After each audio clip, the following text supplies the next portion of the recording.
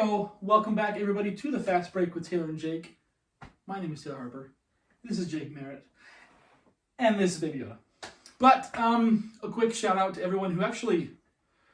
There's quite a few people who texted me saying they really like Skylar on the show, and they really wanted Skylar to become more of a regular on the show instead of like a guest appearance, which, I think I'd be down to have that. I mean, the energy was a lot more fun with him. I think the episode before that was ridiculously fun. Like with the whole Bob Ross thing and everything. And that was like, I think our past two episodes, have been our, for sure, best episodes, at least in my opinion. I think we're finally starting to get the train going 28 episodes in. But, but we're super glad to have him back on the show. Such an awesome guy. Hopefully next time you can get more like, he's a really animated guy. And he's got some really weird sound noises that he makes. I don't know, but he's like the funniest guy. I'm hoping to try to crack him out of his shell a little bit and try to get more of his personality out. But Skylar's just an awesome guy, so thanks for being on the show. We're going to get right into it. Some good news. I don't know if Jake saw it all. I did see the Celtics release their schedule. Did you see any teams? I saw they released the schedules. They did release the schedules. Their conference, right? Yes. Is it all their conference or mostly their conference? Because I looked at the Jazz, and I don't think I noticed any not... I don't think so, because I know Boston plays Miami. Oh, never mind. I didn't like division. Yes, conference. Yeah, it's all if you're in the West, it's all West. If you're in the East, it's all East. Well, that'll be good to let the lower teams, mostly in the West, get a chance at the playoffs. So right. So, at least I'm pretty sure it's all. This was released after. I mean, this was all finalized after I lost last podcast. Everything came out like the day or two right after our podcast. In case people haven't. This is great news. Let's go over it. So yeah. So I think it's the end of July. They're having the top 22 teams, which I like. Me too. So it's 1 through 13 in the West, and then 1 through 9 in the East. They're going to be playing 8 games to get back into game shape and give those teams who are in playoff contention more of a chance. It's going to be tough. Yeah. That's not a lot of games to get in there, but it's possible for sure. So it'll give these players a chance to get hopefully into a little bit more game shape, kind of get their rhythm going again. Because if they can play games, they can have full 5-on-5 scrimmages, practices, just as intense as the regular season. Right. So I think that'll be good. But basically, I think if they're like 2 games out, they're gonna do like a 3-game play-in between like 8 and 9. So if you're close, they'll still give you a chance as well. Yeah, I think it's a great idea what they're doing. I think it's good because you're gonna get Portland, so you're gonna get Damian Lillard, you're gonna get New Orleans. So those are 2 teams that are pretty. I would like to watch. One thing that I think is kind of I don't know, this doesn't mean anything, but I think it's kind of interesting. Rookies who carry teams in their rookie season, they really start to, obviously they have got a great regular season, but they're used to like a 33, 35 game season in college or high school or wherever the heck they came from. Yeah, not 80 games. And they're playing 82 games, so they're pretty much worn down by the time playoffs come, and a lot of times those rookies don't show up in the playoffs. Ja Morant most likely will lead the Memphis Grizzlies to the playoffs, but I think this is a huge break. I'm not saying they could pull off an upset, number 8 beating the Lakers. Mm-hmm. I don't see that happening. But it will be nice to see a fully healthy Ja Morant in the playoffs as a rookie. It's mostly besides the teams that have had, besides the players that have had, pretty major season-ending injuries. Yeah. These teams are going to be mostly pretty healthy. I know, like Kevin Durant said he's not coming back. Bojan Bogdanovic. Right.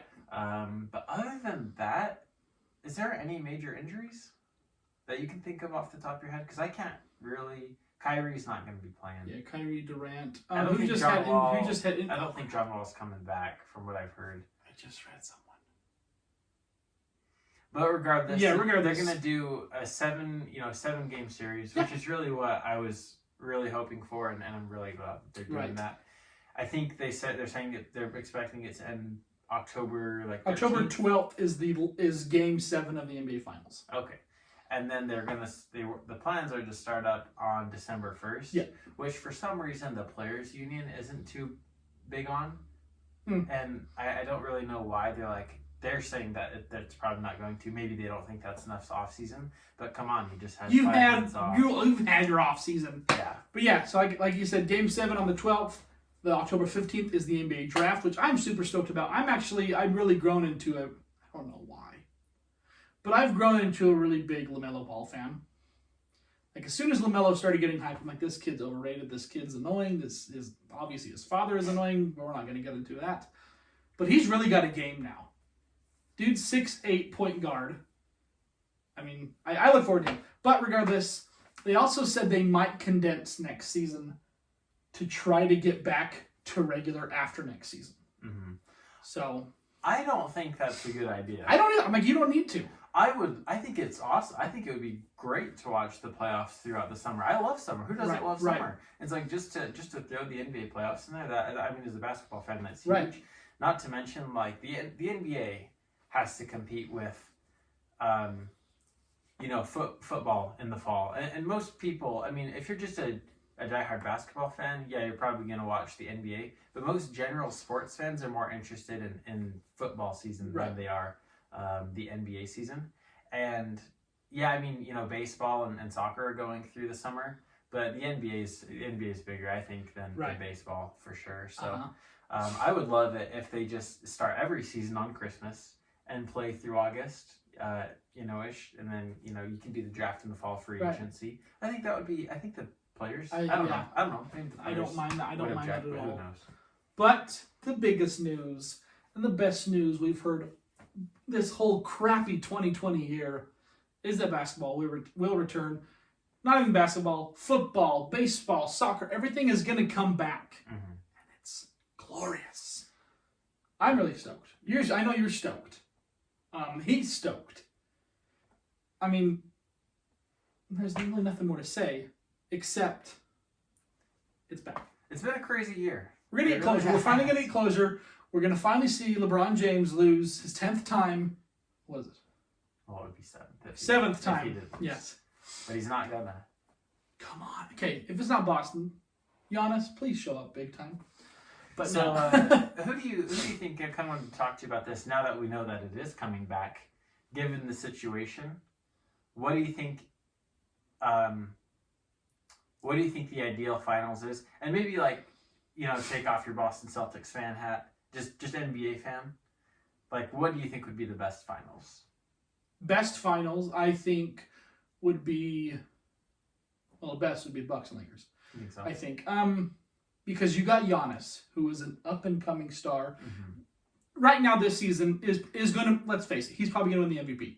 He's the best player right now in the league. Maybe defensive player of the year as well. Right. I mean, the guy is just loaded with talent. And it's almost like, let's say the Bucks do beat the versus Lakers and then they beat the Lakers. In a sense, it's almost like LeBron handing the torch off to Giannis. Yeah, I think so. I mean, I think as a Celtics fan, I could also see Boston Celtics because it's always been Boston Celtics back in the 60s, back in the 80s. It's probably the biggest rivalry in the whole NBA. But this year, the Bucks are just too darn good. Yeah. And I love Giannis, and I really want him to win. And I don't think there's anyone in the entire league that wants to win more than him. He goes 110% every single game. We see Russell Westbrook go 180% every game, and he loses a lot of times because he's out of control. But Giannis, he's more of a controlled player. He's more mature than like Russell Westbrook type players. The game just comes naturally to him, and I think he's got a decent team right now. I honestly don't want to say they have a great team, because I don't think they have a great team, but he makes them a great team. I absolutely. I think he is he's the centerpiece that makes the whole thing work, because you take Giannis out and they have a good team, but I would say the Raptors are better. Right. I would say the Clippers. Really, I think there's a lot of good teams out there. The Celtics are better team wise, but I think Giannis is so good that he doesn't really matter. I think you take Giannis off the team, they become an 8 to a 6 seed. I think they go down that much. I really do. I think Giannis is the most valuable player in the NBA right now.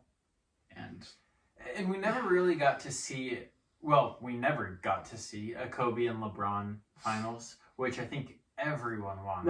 Right. Every fan of basketball. 2008 was the closest we were ever going to get. Mm-hmm. And that was at the time where Kobe was the best, LeBron was coming up, and we still never got to see that finals. So I think LeBron is still the best. I think Giannis is next in line, and he's going to be the best for the next 10, I don't know, 5-10 years, something like that. Yep. And I think that would be a good finals to see for sure. Yep. So I'm excited. I'm so happy that sports is coming back. Me too. Speaking of Giannis, we're going to get into our top 10 power forwards. Jake and I have come up with a list. We're now on power forwards. We've got one more week after this. We'll do centers. And we're going to get right into it. So I'll start with 10 through 6, my list. You can look at this side because this is my small forward side. But this was like really, it got more tough. This is a tough to be honest. list I'm like, to okay, make. it'll be I'm easy. just like, is this person really 1 and better than 2 that are, person? I guarantee you, Jake and I probably have the same 1 and 2. And then I think I might surprise Jake with my 3. But we'll get into that. We'll see. Number 10, I have Paul Millsap. Paul Millsap, he's had a pretty steady career. I mean, blossomed with the Jazz, went away from the Jazz, and then went to Atlanta, and really he was an all-star there, and he really blossomed. And I think him and Horford were that big man punch that they had. And he's just had a really good 18-point game kind of career, 16, 18. Number 9, it really kills me to put him on this list, and I really didn't want to, but that's Domantas Sabonis. He's still like a 16 and 8 kind of guy. Yeah, right, he is. And this year he had 18 shooter. and 12. I don't know, was it that much? It was 12 rebounds. Was it? Yeah, yeah. But I'm just gonna say his name. Number 8, Kevin Love. Kevin Love to me is a guy I've always really liked. I don't think I've ever really not liked Kevin Love. I felt bad for all the circumstances, man. He's had besides winning a championship, he's kind of had bad crap luck, in my sense, at least on the Cavaliers. Not his first year, glamorous career. right? I think if he would have stayed in Minnesota, he would be number 3 on this list right now. Still right now? I think so. I think he would, because he was the man in Minnesota. He was 30-30, 30-20. He was an incredible player in Minnesota. But once again, another guy who can get you 18 points every game. Number 7, I have... plays. Yeah, if he ever gets plays. Number 7, I have Al Horford. He's just an old man doing what he does. Once again, another 16-9 kind of guy. I think Al Horford's really established himself in the NBA community. Yeah. Everyone loves Big Al. I mean, he's one of the nicest guys I hear. People, like I said, people really respect him and get along with him. He's not having the best year this year. He does not fit into Philadelphia's system, so hopefully he leaves after this year or they trade him or whatever the heck. Mm-hmm. But I don't have Al Horford on the list because I pegged him more of kind of a center. Yeah, and he probably won't have Pascal Siakam on his list either because he put him as a small forward, which you had small forward last week, right? Yeah. Do you have on your list again this year? Okay, there you go. He's a small. Last week I was like, well, yeah, ESPN lists him as a power forward. Okay. So. Well, that's the same thing. You could also have Tatum on this list too because some of this here he played power forward, but he's not on my list. He's on my small forward list. But regardless, at number 6, I have Draymond Green. Draymond, I think, really could be the 4th best power forward if it was not for this year. Mm-hmm. Curry's out. Clay's out. You lose Durant. D'Angelo, you got rid of pretty much. Wiggins, yeah. He did not step up to the plate at all. And I think he had one of career low numbers this year. And he just did not. This is not the year to have career low numbers. Seriously. If you're Draymond and you think... We don't need you, Kevin Durant. Right. Draymond knows he's good, but he did not show that he was good at all this year. But nonetheless, he is a 4-time All-Star. Whether he should have been a 4-time All-Star, he was a 4-time All-Star. Mm-hmm. So you got to give him some props. Yeah. But I like Draymond Green. Most people, I would say 90% of the whole NBA fans don't like Draymond. And I think the only 10% are Warrior fans. I think if you're not a Warriors fan, you don't like Draymond Green. But I think Draymond Green is... Obviously, he can't play offense to save his life. But defensive-wise, he's about as good as you can get because he's 6'7", 6'6". He's like Dennis Rodman, kind of, but not nearly as good as Dennis Rodman. Yeah. So, once again, we'll just go with Millsap, Sabonis, Love, Horford, and Green. All right. I don't think my list actually really resembles yours at all. And Because I thought of Draymond as more of a small forward. That's kind of the hard thing about these lists is really it's actually pretty rare to find someone who's like, you are this. That Right. is all you do. That Right. I mean, this is your position. I mean, you've got like Chris Paul's a point guard. Right. That's know? pretty set. But for example, I mean, basketball's become pretty positionless. Yes, absolutely. If you think about it. So And you take Harden, he plays shooting guard, but he's a point guard. Yeah, it's just, Even like LeBron. Right, He is a small forward. He is a small forward at heart, but he'll play he's center. played power He'll play forward. point guard. He will play any position. Mhm. And like it's just so confusing. And I don't like the positionless basketball. But let's do Jake's list. Yeah. All right, let's go. Number 10, I have Domantas Sabonis. Just like Taylor said, I mean, he was an All-Star this year, whether he should have been or not. He at least gets the consideration, and if you get the consideration in my book, you know, top 10 at least. Yeah. For the position group. So I have Domantas Sabonis, and I don't know, we'll see what he does with his career. Number 9, I have Montrezl Harrell. Oh, he's a good player. Yeah, He's a good player. He's averaged. I think he averaged like 18 and 7 this year. Off the bench. Yeah, off the bench. I mean, this guy's coming off the bench, and he was in consideration for 6th Man of the Year last year. If it wasn't for his As a teammate, power forward. Yeah, if it wasn't for Lou Williams, he probably would have won. that's incredible. People take 5 seconds of your life every day, and just think. The Clippers have 2 bench players who can score 18 plus off the bench. Lou Williams can also dish out like 7 assists. Montrezl will grab 7 rebounds. They have 2 starters coming off the bench, putting up 18 and 7. Yeah, that's pretty good. And he's a good defender as well. He's a hustle guy. He's almost like a Derek Favors to me, where it's just like, you just love to have this guy on your team. He's gonna play hard every night, and he's gonna make your team just that much better. So, Montrezl Harrell at number 9. Number 8, I have Danilo Gallinari. I think he's a good stretch 4 who can also put up, not every night, but he can put up 25. I think so. I think he's more offensive, and that's why I don't have him on the list, because I don't think he's a great defender, a great rebounder, but he's just good. I think he's like number 11 on my list. I really wanted to put him in there. He's like you said, he could give you 25 points, but you will not hear about it whatsoever. Right, exactly. Never. You won't hear about it. I think he was probably the biggest steal in that Clippers and Thunder trade. He's a steal that you don't know that you have a steal. Like no one. I don't think we've ever mentioned Danilo Gallinari. I don't think we have. 28 episodes in the entire NBA, but he's a dang good player. Oh yeah, he is. Dang good player. Number 7, I do have Lauri Markkanen. I think he. Our lists are way off. It'll be interesting to see what he does. I think it would just be best if he just left Chicago. Yeah. Because Chicago is just not a great organization right now. I mean, they don't have a good coach. Their front office, who knows what they're doing. They do have some talented players, but they're never going to go anywhere with them. He had a great rookie year, Markkanen did. And I think he's kind of gotten quiet. But I think he's a pretty good shooter. Yeah. He's a solid defender. So I think he'll be pretty good. And then number 6, I also have Kevin Love. I think is that the first person we have that matches besides Sabonis? Yeah, Kevin Love. Number 6 is Kevin Love. When he's healthy, I mean, he can still get you 20 and 15. Right, I mean, he's still a very good rebounder. It's probably the health is the biggest thing, but I think Kevin Love had a great early career, so that's why I still have him on here. So yeah, Kevin Love at number 6. So let me just run back through those. Domantas Sabonis number 10.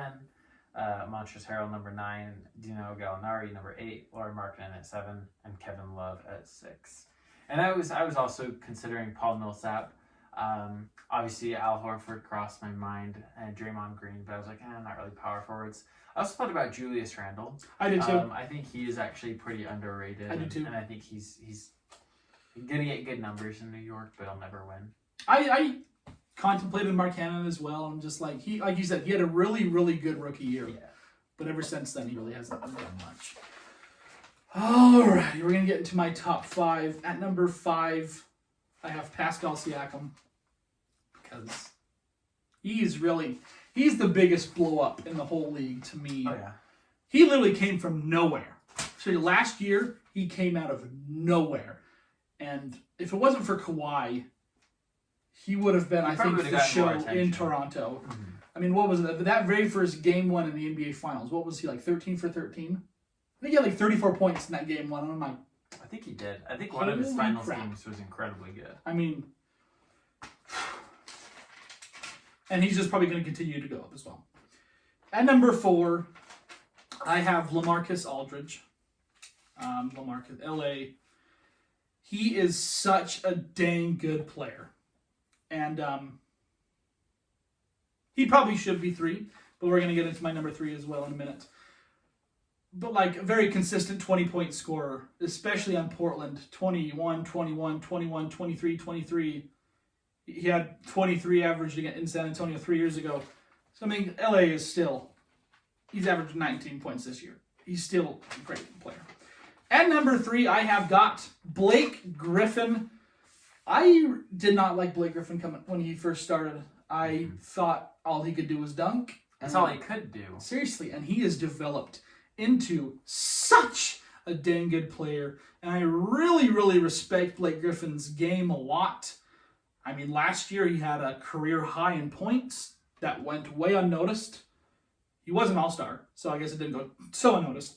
But, what is he, 1, 2, 6-time all-star. Okay, great. Wow. 6-time all-star, but seriously, a very steady 21, 22-point game scorer for his entire career. About 8 rebounds.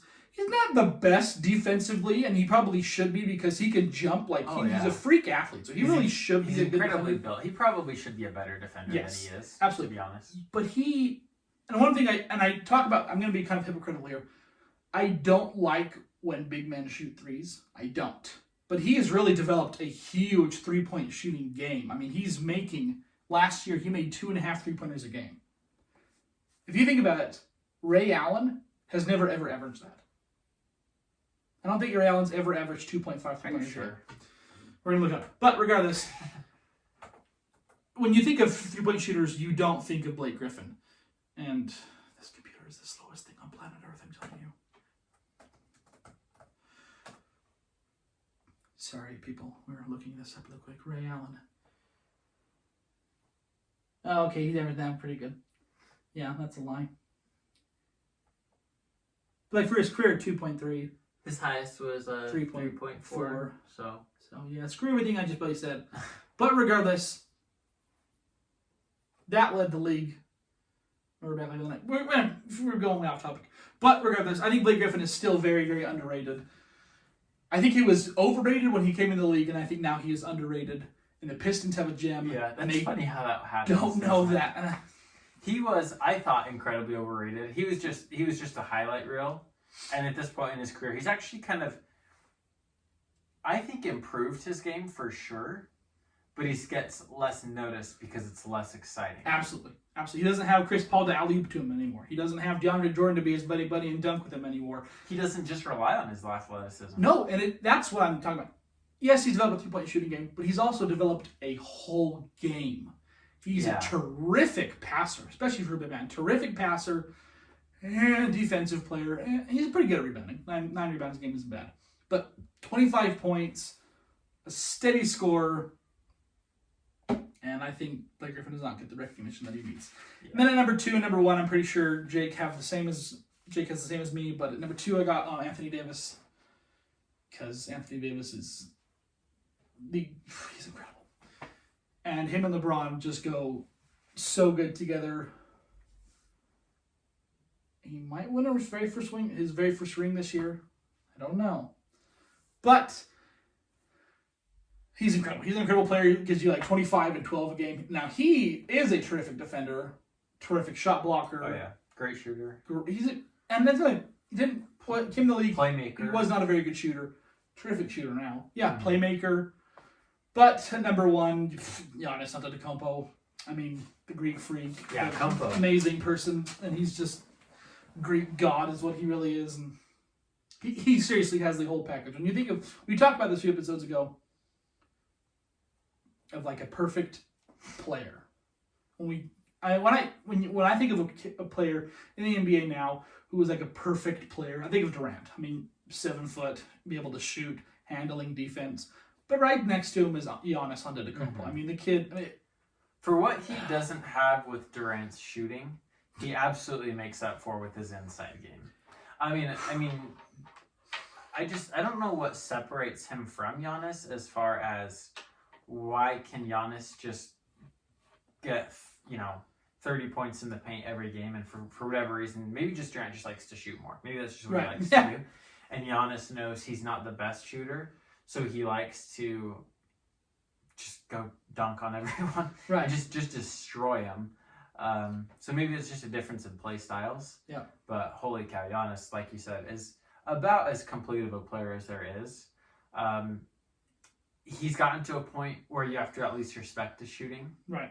Which he totally didn't have before. Last year, I would even say last year. Yeah. Last year you could leave him open. He wouldn't even hit. I do think this year though, I think you do have to. You can't just leave him open because he can make them. Absolutely. So. Well, I am very excited to see your list because I have a feeling our lists are not going to be very similar.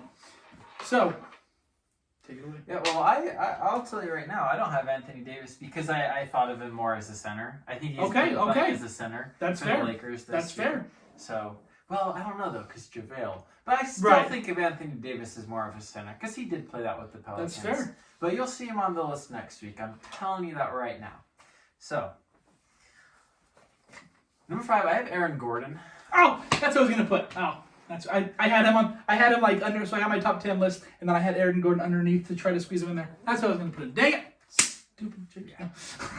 No, Aaron Gordon. I think he's a pretty good player. I think he's pretty good offensively. What does he average? Like 24, 25, something like that. Pretty good rebounder, decent defender, and he can actually shoot pretty good as well. Not bad. So I don't know.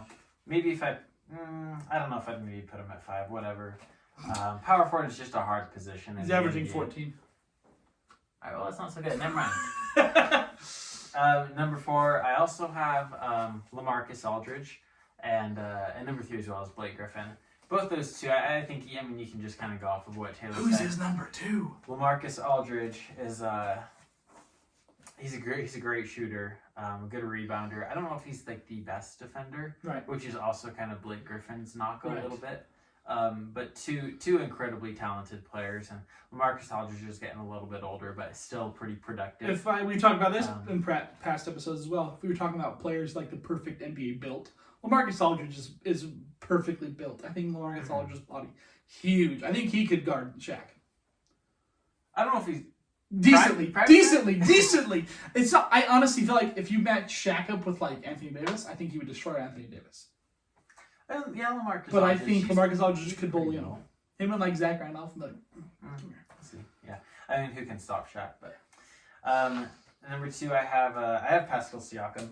Okay. And I don't know if you probably saw it coming after you heard that, but yeah, I think Siakam is completely on the rise. I think he's a game changer. I think he's efficient. I think he's a good defender. I think he's a capable shooter, and really, I think he's just a great playmaker. I think he's a really good all-around basketball player, which is, I think, where the league is kind of going. And then number 1, I have Giannis. Giannis is so he is so good. He is so dominant. And I really think that's the best word you can. I think he will win multiple championships. I think I see 2 or 3 more MVPs coming at least. Probably, I would not be surprised if we saw him win 3 more. Yeah. One this year and a couple down the line. I really just hope he doesn't get injured. And I don't think he will. He hasn't seemed to really have too many problems with that, but you never know. But Giannis is just. You could say he might be the best offensive player, and you could very well say he might be the best defensive player. Right. But when you put them together, I think. I just think. I mean, there's no one in question that has a better all-around game. I think his defense. I don't think it goes unrecognized, but I think it does in a sense. I mean, obviously, his scoring, he can score 29.6 a game. Great, yeah, that's fantastic. Blocks, 1 block a game and 1 steal a game. Okay, that's actually not as good as I thought. But regardless, really, 1 block a game? That's surprising.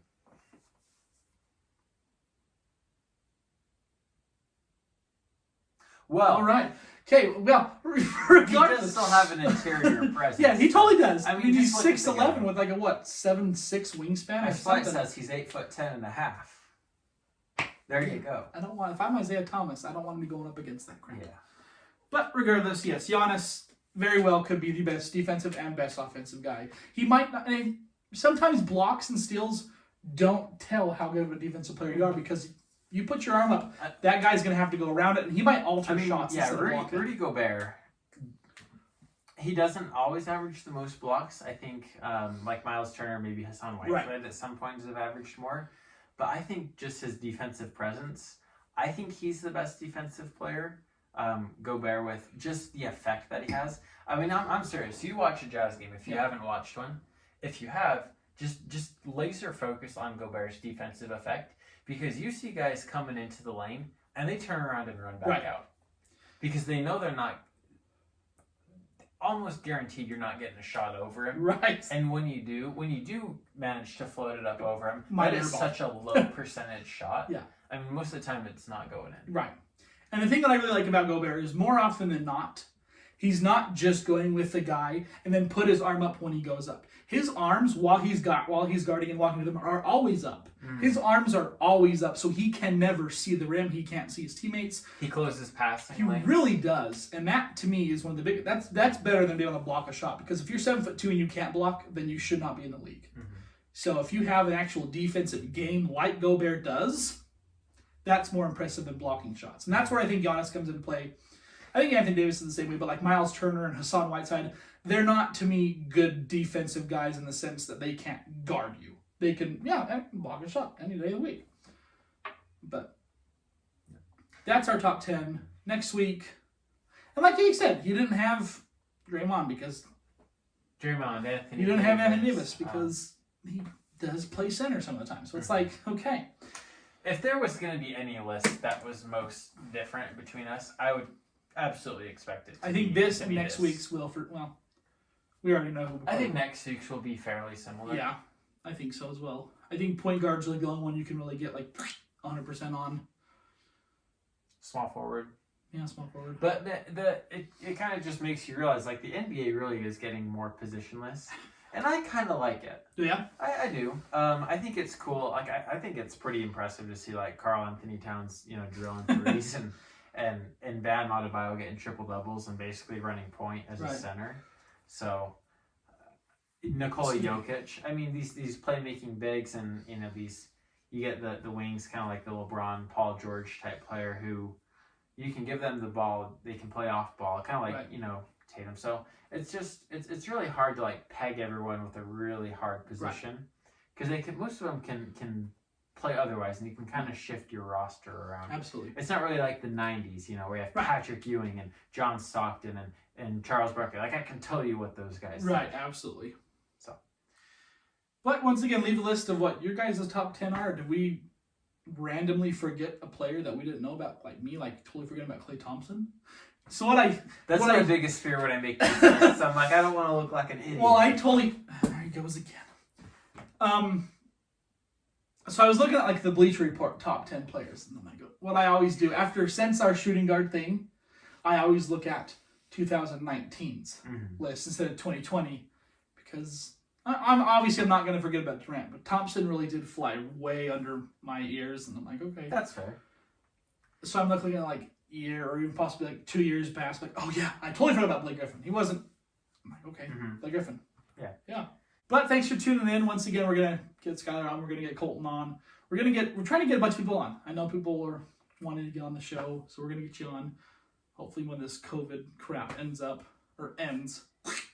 But yeah, basketball's coming back. That's the biggest thing. And please, seriously, it's such a joy. Can't believe we're saying this, Jake. I know. It's back. It's been a journey. It really has. But thanks for tuning in. And this is episode 28. You guys have tuned in for 28 episodes. And like I mentioned, I feel like we're finally starting to skyrocket up. Hopefully the past 2 episodes have been our most viewed. But yeah, just keep listening on podcast, YouTube, whatever. Keep your support. Please keep commenting. More comments have been happening. So that's awesome. So thank you guys for tuning in.